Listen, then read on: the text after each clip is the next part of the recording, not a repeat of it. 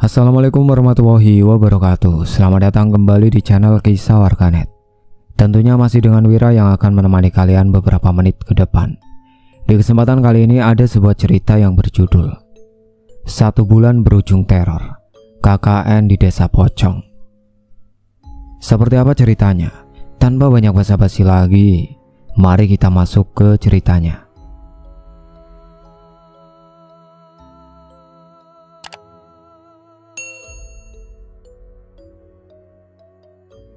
Desa Pocong terletak di daerah terpencil Jawa Tengah, tersembunyi di balik hamparan sawah yang hijau dan dikelilingi oleh hutan lebat.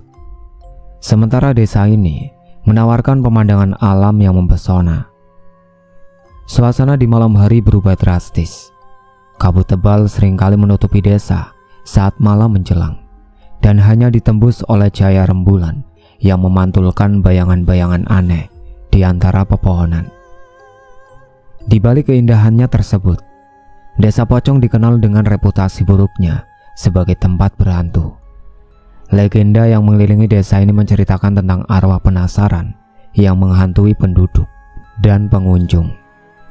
Beberapa cerita bahkan mengatakan bahwa desa ini pernah mengalami tragedi besar di masa lalu, di mana banyak jiwa yang belum tenang terjebak dalam kegelapan malam. Masyarakat lokal percaya bahwa arwah-arwah ini menginginkan korban baru setiap tahunnya. Konon, sejarah kelam Desa Pocong dimulai ratusan tahun lalu dengan sebuah peristiwa tragis. Dikatakan bahwa ada sebuah ritual pemujaan arwah yang dilakukan oleh penduduk desa untuk mendapatkan kekuatan dan kekayaan. Namun, ritual tersebut berakhir dengan bencana besar, di mana banyak jiwa tidak mendapatkan kedamaian dan terperangkap dalam kutukan abadi. Sejak saat itu desa ini dilanda berbagai kejadian mistis dan fenomena aneh yang membuatnya terkenal sebagai tempat yang penuh misteri dan teror. Rere, seorang mahasiswa jurusan sosiologi, penuh semangat untuk membantu masyarakat dan mendalami budaya lokal. Dia cenderung percaya pada hal-hal mistis dan seringkali menjadi penghubung antara kelompok dan warga desa. Andi, mahasiswa teknik sipil, cerdas dan pragmatis. Ia sering meragukan cerita-cerita mistis dan lebih fokus pada pekerjaan praktis yang harus dilakukan. Meika, mahasiswa psikologi, sensitif dan perhatian. Dia tertarik pada aspek psikologis dan sosial dari masyarakat desa, serta berusaha memahami dampak psikologis dari legenda setempat. Fajar, mahasiswa ilmu komputer, dengan sikap skeptis terhadap hal-hal supranatural. Ia lebih memilih untuk mencari penjelasan logis untuk segala sesuatu. Dan Dani, mahasiswa arsitektur, kreatif dan penuh ide. Dia tertarik pada desain dan perencanaan proyek pembangunan, serta berharap dapat membuat perbedaan di desa. Kelompok KKN ini bersemangat untuk menjalankan tugas mereka, karena mereka melihat ini sebagai kesempatan untuk mengaplikasikan ilmu mereka di lapangan dan memberikan dampak positif pada masyarakat. Mereka juga tertarik dengan tantangan yang ditawarkan oleh lingkungan desa yang berbeda dari kehidupan sehari-hari mereka. Ketika kelompok KKN tiba di Desa Pocong, mereka disambut dengan campuran keramahan dan kewaspadaan. Kepala desa, Pak Sumar, dan beberapa warga desa menyambut mereka di balai desa dengan nuansa hangat namun sedikit tegang. Pak Sumar menyambut mereka dengan senyum yang sopan, namun tidak sepenuhnya tulus. "Selamat datang di Desa Pocong. Kami sangat senang kalian bisa membantu kami. Ada beberapa hal yang perlu kalian ketahui sebelum memulai." Rere dengan antusiasme yang tulus menjawab, "Kami siap untuk bekerja dan membantu sebaik mungkin. Kira-kira apa saja yang bisa kami bantu terlebih dahulu?" Pak Sumar mengangguk dan menjelaskan, "Kami sangat menghargai niat baik kalian. Namun ada beberapa aturan yang harus kalian patuhi, terutama di malam hari. Kami memiliki tradisi dan cerita lama yang sebaiknya kalian tidak anggap enteng." Andi yang merasa sedikit skeptis bertanya, "Seperti apa aturan tersebut? apakah ada hal khusus yang harus kami perhatikan? Pak Sumar memberikan tatapan serius. Hindari keluar rumah setelah gelap, dan jangan mencoba mengunjungi hutan sendirian. Ada cerita lama tentang arwah yang tidak tenang di sekitar desa. Mika dengan penasaran mencoba menenangkan suasana. Kami akan menghormati aturan tersebut. Terima kasih atas informasi dan sambutannya. Setelah pertemuan dengan Pak Sumar, kelompok KKN berkumpul di rumah tua mereka yang disediakan untuk tinggal. Suasana di dalam rumah terasa berbeda dan mereka mulai mendiskusikan kesan pertama mereka terhadap desa. Rere dengan rasa ingin tahunya berkata, ada sesuatu tentang desa ini yang terasa berbeda. Aku tidak bisa menjelaskan, tetapi sepertinya ada aura mistis di sini. Fajar yang tidak terlalu percaya pada hal-hal supranatural menjawab, itu mungkin hanya efek dari cerita-cerita yang kita dengar. Kita harus tetap fokus pada tugas kita dan tidak membicarakan cerita-cerita itu memengaruhi kita. Dani menambahkan, kita bisa membuat perbedaan di sini. Mari kita lakukan yang terbaik untuk membantu desa ini. Dengan semangat dan harapan, mereka memulai pekerjaan mereka di desa, tidak menyadari bahwa hari-hari mendatang akan membawa mereka ke dalam kegelapan yang mengerikan dan misteri yang belum pernah mereka bayangkan sebelumnya. Rumah yang ditunjukkan kepada mereka adalah sebuah rumah tua yang terletak di pinggir desa. Dikelilingi oleh hutan lebat, rumah itu tampak seakan-akan telah lama ditinggalkan. Dengan jendela-jendela berdebu dan dinding yang mulai mengelupas, namun rumah itu bersih dan siap dihuni. Meskipun suasana yang dipancarkannya terasa agak suram. Setelah menunjukkan tempat tinggal mereka, Pak Sumar mengundang kelompok KKN untuk duduk di teras rumah. Malam mulai menjelang dan cahaya senja mengubah suasana menjadi lebih dramatis. Pak Sumar berbicara dengan nada serius, membuat setiap kata terasa penting. Baiklah, kalian sudah tahu tugas-tugas kalian. Namun sebelum kalian mulai bekerja, ada satu hal yang perlu kalian ketahui, kata Pak Sumar menatap mereka satu persatu. Ada beberapa aturan di desa ini, terutama saat malam hari. Rere yang penasaran dengan nuansa mistis desa bertanya dengan penuh minat. Apa yang harus kami ketahui, Pak? Apakah ada hal tertentu yang harus kami waspadai? Pak Sumar menghela nafas dalam-dalam sebelum menjawab. Kami memiliki tradisi dan cerita lama yang sangat kuat. Salah satunya adalah larangan untuk keluar rumah setelah gelap. Banyak yang percaya bahwa di malam hari ada sesuatu yang tidak terlihat di sini, dan hal-hal buruk bisa terjadi jika aturan ini diabaikan. Fajar yang merasa skeptis mengangkat alis dan bertanya, seperti apa hal-hal yang bisa terjadi? Apakah ini hanya cerita untuk menakut-nakuti? Pak Sumar menjawab dengan nada tegas, cerita ini bukan hanya untuk menakut-nakuti. Kami telah mengalami hal-hal aneh di desa ini. Beberapa orang yang melanggar aturan ini mengatakan bahwa mereka melihat sesuatu yang tidak bisa dijelaskan. Lebih baik kalian mematuhi aturan itu. Setelah peringatan dari Pak Sumar, kelompok KKN berkumpul di ruang tamu rumah tua mereka. Mereka duduk melingkar di sekitar meja. Suasana terasa berat dengan pengaruh peringatan yang baru mereka terima.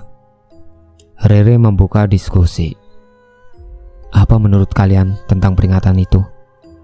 Pak Sumar tampaknya sangat serius. Aku merasa seperti ada sesuatu yang lebih dari sekedar tahayul. Andi yang biasanya lebih rasional menjawab, aku rasa ini mungkin hanya bagian dari budaya lokal. Mereka punya cerita untuk menjaga agar orang-orang tidak keluar malam. Tapi kita harus tetap waspada. Mika yang lebih empatik dan sensitif berkata, mungkin ada kebenaran dalam cerita tersebut. Aku merasa seperti ada sesuatu yang aneh di udara. Tapi kita tidak bisa membiarkan ketakutan kita menghalangi pekerjaan kita. Fajar yang masih skeptis menimpali. Kita harus fokus pada tugas kita. Jika kita terlalu terpengaruh oleh cerita-cerita ini, kita tidak akan bisa melakukan pekerjaan kita dengan baik. Dan Dani menambahkan, mari kita anggap saja ini sebagai bagian dari pengalaman. Kita sudah datang ke sini untuk membantu. Jadi mari kita lakukan pekerjaan kita dan lihat bagaimana semuanya berjalan. Seketika malam mulai turun. Suasana di rumah tua semakin terasa berat. Angin dingin mulai menembus melalui celah-celah dinding, membawa serta suara-suara yang tidak dapat dijelaskan. Mereka mengunci pintu dan menutup jendela dengan rapat, mencoba untuk menciptakan rasa aman di tengah kegelapan yang menyelimuti rumah. Namun saat mereka duduk di ruang tamu, suara-suara aneh mulai terdengar dari luar rumah, seperti desaan lembut yang dihembuskan oleh angin, dan langkah kaki yang terdengar samar. Setiap kali mereka mencoba untuk memeriksa, tidak ada apa-apa di luar. Andi memecah keheningan. Apakah kalian juga mendengar suara itu? Sepertinya ada sesuatu di luar. Rere yang mencoba menenangkan suasana menjawab, mungkin hanya suara angin. Kita sudah menutup semua jendela dan pintu, jadi tidak ada yang bisa masuk. Mika menambahkan dengan suara bergetar. Tapi rasanya seperti ada yang mengawasi kita dari luar. Aku merasa tidak nyaman. Dani berusaha menyemangati mereka. Kita hanya perlu bertahan malam ini. Kita harus tetap fokus pada tugas kita dan tidak membiarkan ketidaknyamanan ini mempengaruhi kita. Malam pertama di desa Pocong berakhir dengan perasaan campur aduk antara rasa penasaran dan ketidaknyamanan. Sementara mereka mencoba untuk tidur di rumah tua yang terasa semakin menyesakan. Suara-suara misterius di luar tetap mengganggu mereka. Tidak ada yang tahu bahwa malam-malam berikutnya akan membawa mereka lebih dalam, ke dalam kegelapan dan misteri yang mengerikan. Hari pertama berakhir dengan rasa ingin tahu dan kecemasan yang menggantung, membayangi setiap langkah mereka di desa yang penuh dengan rahasia kelam ini. Hari ketiga dimulai dengan suasana yang masih penuh ketegangan setelah malam teror yang menegangkan. Mahasiswa KKN, Rere, Andi, Mika, Fajar, dan Dani merasa bahwa mereka perlu mencari penjelasan lebih lanjut mengenai fenomena aneh yang mereka alami. Dengan tekad yang kian menguat, mereka memutuskan untuk menyelidiki hutan di sekitar desa, berharap menemukan sesuatu yang bisa menjelaskan kejadian-kejadian misterius tersebut. Mereka memulai perjalanan pagi hari menuju hutan yang mengelilingi desa. Hutan ini dikenal sangat lebat dan gelap, bahkan di siang hari. Cahaya matahari hanya mampu menembus sela-sela dedaunan, menciptakan suasana remang-remang yang mengerikan. Suara burung hantu dan desisan angin di antara pepohonan membuat mereka merasa seolah-olah ada sesuatu yang mengawasi mereka. Setelah mereka memasuki hutan, suasana menjadi semakin menegangkan. Fajar yang merasa tidak nyaman sejak awal mengamati sekitar dengan cemas. Aku merasa sangat tidak nyaman di sini. Rasanya seperti ada sesuatu yang mengikuti kita. Mika yang juga tampak gelisah menambahkan, ini sangat berbeda dari hutan yang biasa aku lihat. Semua terasa begitu mencekam. Rere mencoba untuk tetap tenang, meskipun ketidaknyamanan semakin menyebar di antara mereka. Kita harus tetap fokus. Mungkin kita hanya harus lebih banyak menjelajah. Siapa tahu kita bisa menemukan sesuatu yang membantu. Namun saat mereka semakin jauh masuk ke dalam hutan, mereka menyadari bahwa mereka mulai kehilangan arah. Pepohonan yang padat dan semak-semak yang saling bersilangan membuat mereka sulit untuk menemukan jalan keluar. Mereka terjebak dalam labirin alami yang tampaknya tidak berujung. Dani yang merasa semakin panik berkata, ini tidak benar. Kita sudah berjalan cukup jauh, tapi rasanya kita hanya berputar-putar di tempat yang sama. Andi mencoba untuk mencari jalan keluar, berkata, kita harus mencoba menandai jalur yang kita lewati. Ini mungkin hanya perasaan kita, tetapi kita harus memastikan kita tidak tersesat. Ketegangan semakin meningkat saat langit mulai gelap, dan suasana di dalam hutan menjadi semakin menakutkan. Hutan yang semula tampak ramah kini berubah menjadi labirin yang menakutkan.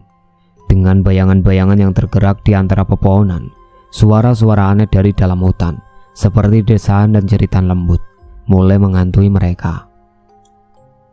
Ketika matahari mulai terbenam dan cahaya mulai memudar, mereka semakin merasa terjebak. Suara-suara aneh semakin sering terdengar seolah-olah ada sesuatu yang bergerak di sekitar mereka. Ketika mereka berhenti sejenak untuk beristirahat, Fajar berbisik dengan cemas. Aku benar-benar tidak suka suasana ini. Ada sesuatu yang sangat salah. Mika dengan wajah pucat berkata, rasa takutku semakin meningkat. Kita harus segera mencari jalan keluar sebelum gelap total. Rere berusaha untuk tetap positif. Kita harus tetap tenang dan mencoba untuk tidak panik. Kita pasti bisa menemukan jalan keluar. Namun ketegangan semakin merambat ketika mereka menyadari bahwa tanda-tanda mereka meninggalkan jejak tidak terlihat. Pepohonan sepertinya tidak pernah berubah, dan mereka tidak dapat mengenali arah yang mereka tempuh. Desisan angin yang mengerikan dan bayangan-bayangan aneh di sekitar mereka hanya menambah rasa takut mereka. Saat malam mulai menyelimuti hutan, kepanikan mulai melanda.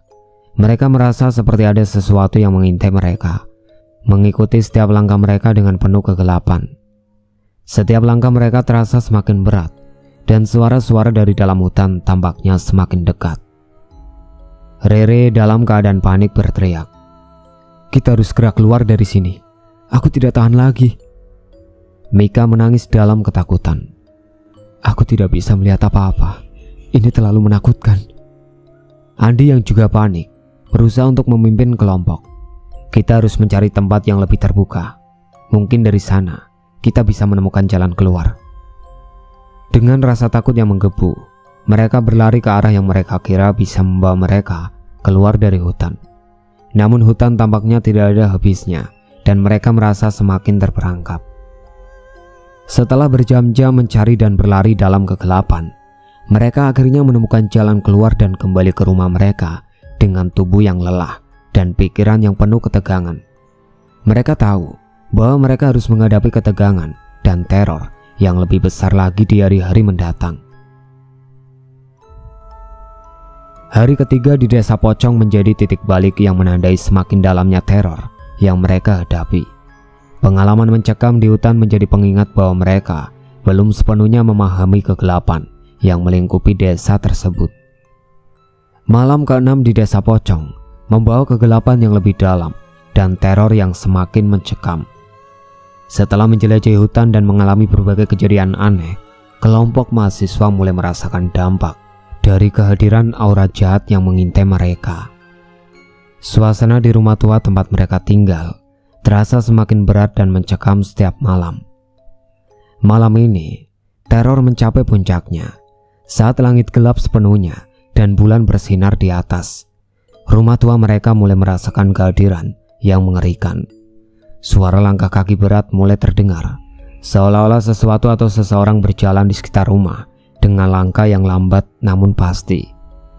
Suara desahan lembut, seperti bisikan dari jauh, memenuhi udara dan menambah rasa tidak nyaman di antara mereka.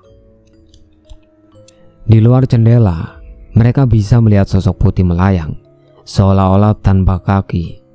Sosok ini bergerak lambat dan tampak seperti sebuah kain putih yang terbang di antara pepohonan. Tetapi gerakannya sangat anggun dan menakutkan. Sesekali sosok itu akan berhenti dan mengarahkan tatapan kosong ke arah jendela, seolah-olah sedang mengamati mereka. Di dalam rumah, barang-barang mulai bergerak sendiri. Kursi bergetar dan berpindah tempat, dan pintu berdecit seolah-olah ada seseorang yang mencoba membukanya dari luar. Suara ketukan keras terdengar di dinding, diikuti oleh jeritan yang memegahkan telinga, seolah-olah seseorang atau sesuatu sedang berusaha menerobos masuk. Suara tersebut seringkali diikuti oleh hening yang menegangkan, seolah-olah setelah sebuah teriakan, ada saat-saat menunggu sebelum sesuatu yang lebih menakutkan terjadi. Kondisi ini memunculkan ketakutan yang mendalam di antara anggota kelompok. Denny yang sudah tidak tahan lagi mulai panik dan berteriak, kita harus pergi dari sini. Aku tidak tahan lagi dengan semua ini. Ini terlalu banyak. Rere yang mencoba untuk tetap tenang berkata, kita tidak bisa pergi sekarang. Kita hanya akan semakin terjebak di sini. Lagi pula, apa yang akan kita lakukan di luar? Desa ini juga penuh dengan misteri dan bahaya. Andi yang sedang berusaha menenangkan diri menambahkan, Mungkin kita hanya perlu mencari tempat yang lebih aman di rumah ini dan mencoba untuk tetap tenang. Mungkin semua ini adalah ilusi. Namun ketidaknyamanan semakin meningkat. Mika yang tampak sangat ketakutan bergidik dan berbisik. Aku merasa seperti ada sesuatu yang berusaha menghubungi kita dari dalam gelap. Rasanya seperti ada tangan dingin yang menggapai-gapai dari dalam dinding. Fajar yang mencoba untuk berpikir jernih mengatakan, kita perlu mencari tahu dari mana semua ini berasal. Mungkin ada sesuatu di rumah ini yang menyebabkan teror ini. Malam semakin larut dan suasana di dalam rumah semakin mencekam. Suara-suara aneh semakin keras dan jelas. Lampu-lampu berkedip-kedip dengan cahaya yang lemah, menciptakan bayangan-bayangan menakutkan di dinding. Setiap ketukan, setiap suara jeritan seolah-olah menggerogoti ketenangan dan membangkitkan rasa takut yang mendalam. Rere mencoba memeriksa sekitar rumah, berharap menemukan sesuatu yang bisa menjelaskan semua kejadian ini. Namun saat ia mendekati jendela, sosok putih yang melayang di luar tampak semakin mendekat, seolah-olah bergerak semakin cepat. Dalam kepanikan Rere berteriak, ada sesuatu di luar jendela. Ini semakin mendekat. Dani yang semakin panik berlari menuju pintu depan dan mencoba membukanya. Kita harus keluar dari sini sekarang juga.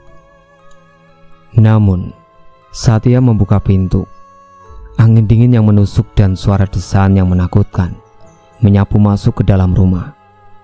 Mereka semua terkejut ketika melihat sosok putih berdiri di ambang pintu, tampak mengambang di udara dengan tatapan kosong yang menakutkan. Dengan rasa takut yang semakin mendalam, kelompok mahasiswa mulai merasakan tekanan psikologis yang luar biasa. Mereka semua berusaha mencari jalan keluar, tetapi semua usaha mereka tampaknya sia-sia. Rumah tua yang semula tampak seperti tempat tinggal yang nyaman, kini berubah menjadi perangkap yang menakutkan. Dengan mata yang penuh ketakutan dan tubuh yang gemetar, mereka berlarian dari satu ruangan ke ruangan lain, mencoba mencari cara untuk melarikan diri. Namun setiap jalan yang mereka coba tampaknya membawa mereka kembali ke tempat yang sama. Akhirnya, setelah berusaha keras untuk melawan teror yang menghantui mereka, mereka berhasil menemukan jalan keluar dari rumah tua dan berlari menuju desa. Mereka menghubungi kepala desa Pak Sumar yang segera datang dengan bantuan dari warga desa. Pak Sumar dan beberapa warga yang berani membawa mereka kembali ke rumah dengan penuh kewaspadaan. Malam ke-6 meninggalkan jejak yang mendalam pada setiap anggota kelompok. Mereka kembali ke tempat tinggal mereka dengan rasa syukur karena selamat, tetapi dengan rasa ketakutan yang mendalam dan kesadaran akan bahaya yang mengintai di desa Pocong. Malam itu menjadi sebuah pengalaman yang akan terus menghantui mereka sebagai pengingat akan kegelapan dan teror yang mengelilingi desa yang penuh misteri ini. Hari ke-10 di desa Pocong dimulai dengan suasana tegang dan penuh ketidakpastian. Setelah beberapa malam teror yang mencekam, kelompok mahasiswa memutuskan untuk melakukan penyelidikan lebih lanjut untuk mencari penyebab dari semua kejadian aneh yang mereka alami. Mereka beranggapan bahwa menemukan pusat dari semua masalah bisa membantu mereka mengakhiri teror yang mereka hadapi. Mereka melanjutkan pencarian mereka di dalam hutan yang tampaknya semakin gelap dan mencekam. Suara-suara aneh dan bayangan-bayangan yang bergerak di antara pepohonan semakin membuat mereka merasa terintimidasi. Namun tekad mereka untuk menemukan jawaban membawa mereka lebih dalam ke dalam hutan. Setelah beberapa jam berjalan, mereka menemukan sebuah gua tersembunyi di balik semak belukar dan batu besar. Gua ini terlihat sangat kuno, dengan mulut gua yang tertutup lumut dan semak-semak, serta aura dingin yang menyelimuti tempat itu. Saat mereka memasuki gua, udara menjadi semakin dingin dan lembab, dan suara langkah kaki mereka menggema di dinding gua yang gelap. Di dalam gua, mereka menemukan pemandangan yang sangat mengejutkan.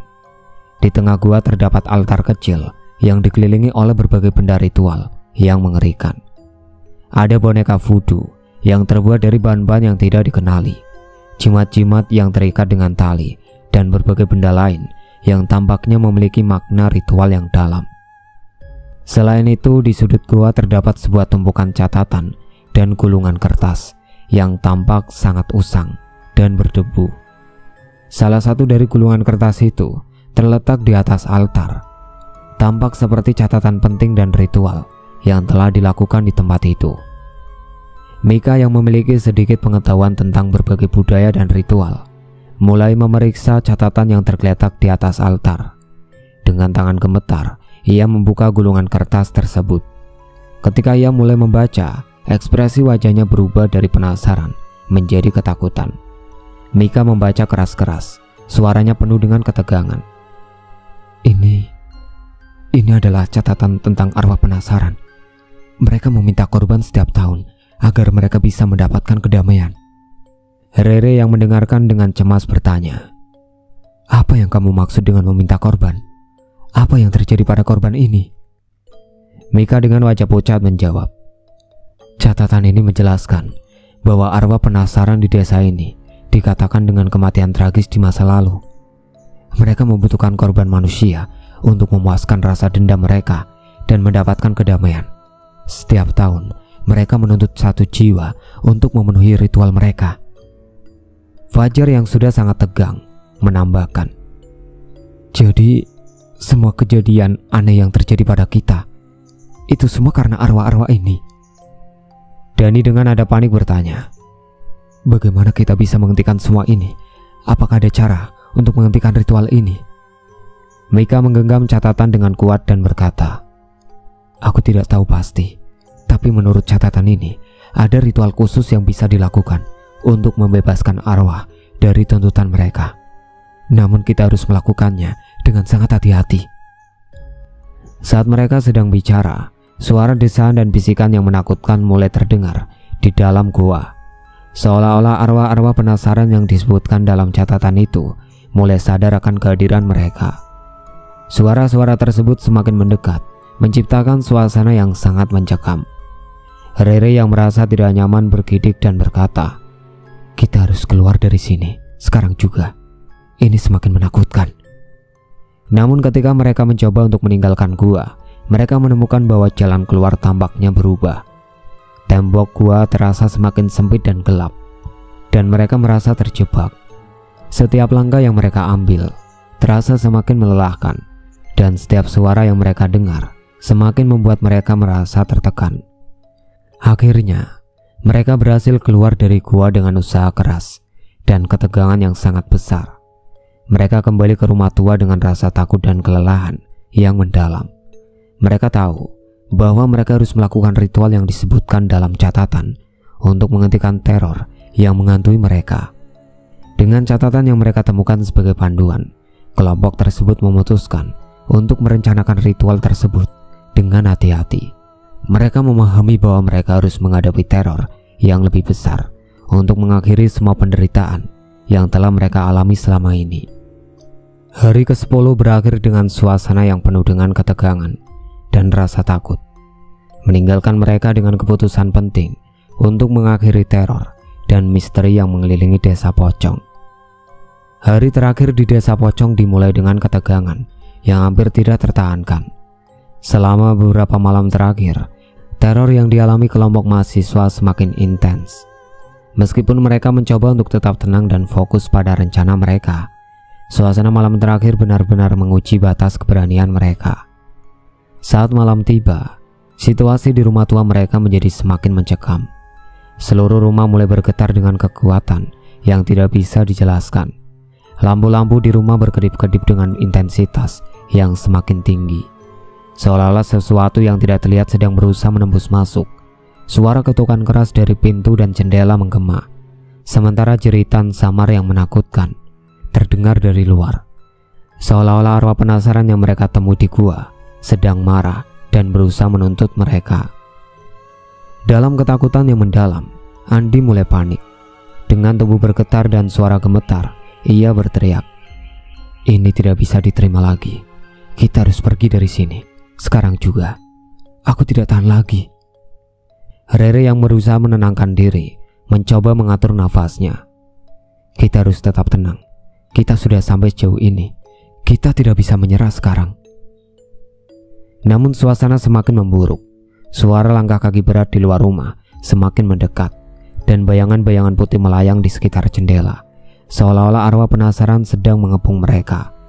Mereka merasa seolah-olah ada sesuatu yang mempengaruhi setiap bagian dari rumah, menciptakan suasana yang hampir tidak bisa dipahami. Ketika ketegangan mencapai puncaknya, kepala desa Pak Sumar muncul di depan pintu rumah. Wajahnya penuh dengan keprihatinan dan tekad. "Kalian harus pergi dari sini sekarang juga. Arwah-arwah ini tidak akan membiarkan kalian pergi dengan mudah. Aku akan membantu kalian." Pak Sumar menjelaskan dengan suara rendah dan tegas. "Ini adalah saat ketika arwah penasaran merasa paling kuat. Mereka menuntut korban, dan kalian telah mengganggu ritus mereka. Mereka tidak akan membiarkan kalian pergi tanpa memenuhi tuntutan mereka." Fajar dengan mata penuh ketakutan bertanya, "Apa yang harus kita lakukan? Bagaimana kita bisa selamat dari semua ini?" Pak Sumar menjawab, "Aku akan memandu kalian keluar dari desa. Namun kalian harus cepat, jangan berbalik, dan jangan berhenti hingga kalian meninggalkan desa ini. Arwah-arwah ini sangat kuat, dan mereka tidak akan berhenti mengejar kalian." Dengan bantuan Pak Sumar dan beberapa warga desa yang datang untuk membantu, kelompok mahasiswa memulai pelarian mereka. Mereka melintasi jalan setapak yang gelap dan sempit menuju gerbang desa, sambil merasakan kehadiran yang terus-menerus mengintai di belakang mereka. Setiap langkah terasa berat, seolah-olah sesuatu yang tidak terlihat sedang menarik mereka kembali ke dalam teror. Selama pelarian, mereka tidak berani menoleh ke belakang. Suara-suara menakutkan dan bayangan-bayangan yang melayang di sekitar mereka menciptakan ketegangan yang tak tertahankan. Pak Sumar dan warga desa berusaha keras untuk menangkis arwah penasaran dengan doa-doa dan ritual, memberikan waktu yang cukup bagi kelompok mahasiswa untuk mencapai batas desa. Akhirnya setelah melewati kegelapan dan ketakutan yang luar biasa, mereka berhasil meninggalkan desa Pocong. Ketika mereka mencapai batas desa dan akhirnya merasa aman, mereka berbalik untuk melihat desa yang jauh di belakang mereka masih diselimuti oleh aura mistis dan kegelapan. Sesampainya mereka di tempat aman, kelompok mahasiswa merasa lega, namun juga penuh dengan pengalaman yang mengerikan. Mereka tahu bahwa pengalaman mereka di desa Pocong akan terus menghantui mereka sepanjang hidup. Meskipun mereka berhasil selamat, kenangan tentang teror yang mereka hadapi di desa tersebut akan selalu menjadi bagian dari cerita mereka. Desa Pocong tetap sebagai tempat yang misterius dan menakutkan, dengan kisah kelompok KKN sebagai legenda yang menakutkan dan peringatan bagi siapa saja yang berani mengabaikan peringatan dan terjebak dalam kegelapan yang menyelimuti desa tersebut. Setelah kelompok mahasiswa meninggalkan desa Pocong, cerita tentang kejadian mengerikan mereka menyebar dengan cepat. Warga desa mulai membagikan kisah tentang teror yang dialami oleh mahasiswa tersebut kepada siapapun yang tersedia mendengarkan. Setiap malam cerita tersebut dituturkan di sekitar api unggun. Semakin mengerikan dengan setiap tambahan detail baru. Kisah ini menjadi cerita urban yang menakutkan dan memperkuat reputasi desa Pocong sebagai tempat yang tidak boleh dijamah.